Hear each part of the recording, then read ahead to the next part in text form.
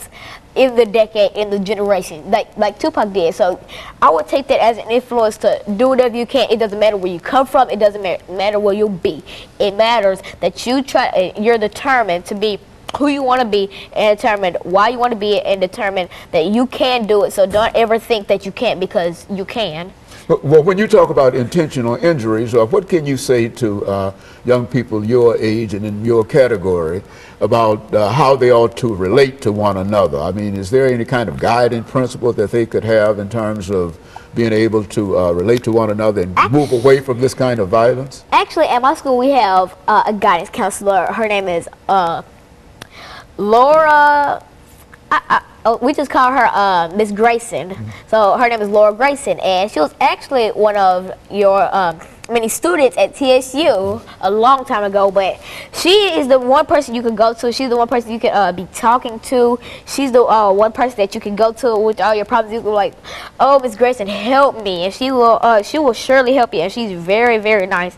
I am very pleased that she still works at Robert Churchwell, and I'm hoping that she will for the next 10, 30 years. And so they have good guidance counselors, you believe, at your school that is always involved in trying to direct young people toward their selected goal. And they are achievers. Do you think that they are achievers? What about some of the people that you know personally that are making great achievements at your school?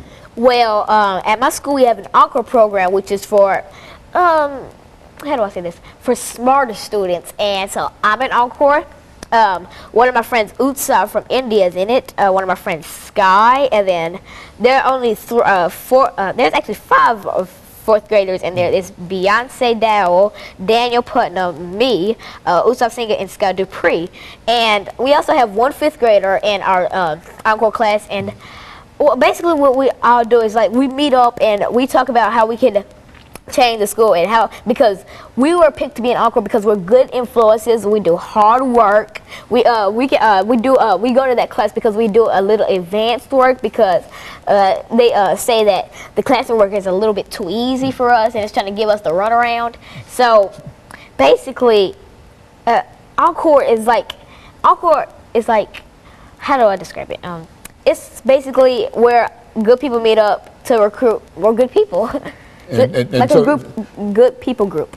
And you mentioned earlier, over the last couple of minutes, that there's this TCAP test that's scheduled. Say something about that over the last couple of minutes, and how young people ought to prepare for that, as you are preparing for it now. TCAP stands for the Tennessee, I forgot, it's a test that, and now it used to be for about 40% of your grade. That was for about 60% of your grade. So you fail TCAP, you fail your grade. I am in 4th grade, so if I fail TCAP, I'll just have to repeat 4th grade until I finally ace it, which I hope not to do. But basically, TCAP is the test that gets you motivated for 5th grade. It gets you pressed and ready. It gets you, boom, I am ready for TCAP if I am ready for this test. I am ready for TCAP. I'm ready for 5th grade.